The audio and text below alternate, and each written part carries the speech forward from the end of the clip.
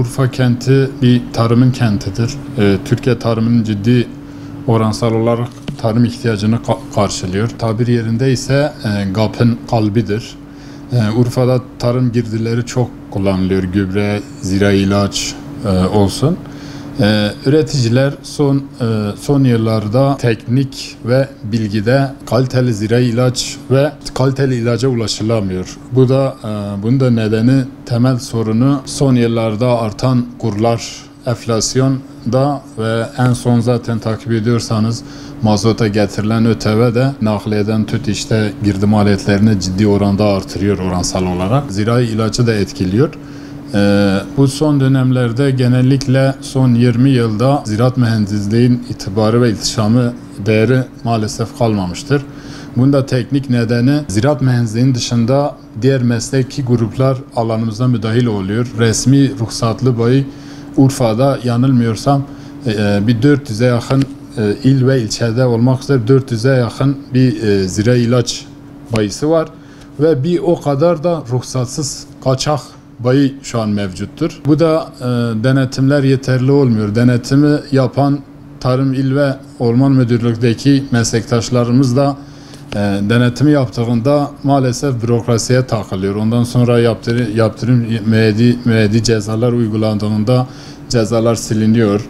Bu da bir nevi onları cesaretlendiriyor ve tekrar yönelme oluyor. Şu an köylerde, tabir yerinde ise çerçi, seyyar şeklinde tarım ilaçları satılıyor. Zirai ilaç nasıl diğer tıbbi alanlarda sağlık alanında olduğu gibi ziraat ilaçları, zirai ilaçları da ziraat mühendisi dışında kimsenin tavsiye edilmemesi gerektiğini, ziraat mühendisi teknikte ve arazide reçetesini üreticiye tasfiye ettiğinde hastalık zararlı ve yabancı ot kontrolünde ziraat mühendisi kontrolünde olmalı, ziraat mühendisi tavsiye edilmeli. Ziraat mesleği dışında işte ilkokul mezunu, ortaokul mezunu, lise mezunu şu an zirai ilaç bayilerini açmış, belge ya kiralamış ya da yapmamıştır, kaçak bayi konumundadır. Araziye çıkıyor, hastalık zararlarıyla ilgili ilaç tavsiyesinde bulunuyor. Günde tonlarca ilaç satıyor, gübre satıyor. Bu da arazide fazla pestisit kullanımı, fazla gübre kullanımı belli bir orandan sonra hem bitkilerde bağışıklık sistemini kazanıyor ve iş yapmıyor. Üretimi ciddi manada etkiliyor. Hem üretim düşüklüğü oluyor ve üreticiye de ciddi zararlar oluyor.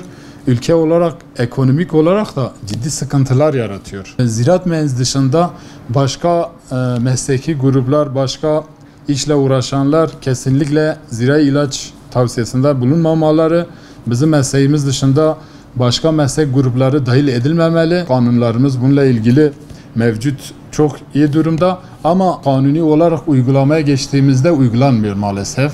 Yeterli caydırıcı cezalar verilmiyor. Bu da ne yazık ki ziraat mühendisliği dışında farklı alanlar mesleğimize yöneliyor. Orijinal ilaçla takte tarım ilacı ya da merdiven artı üretimi arasında %40, %50 bandında fiyat farkları oynuyor.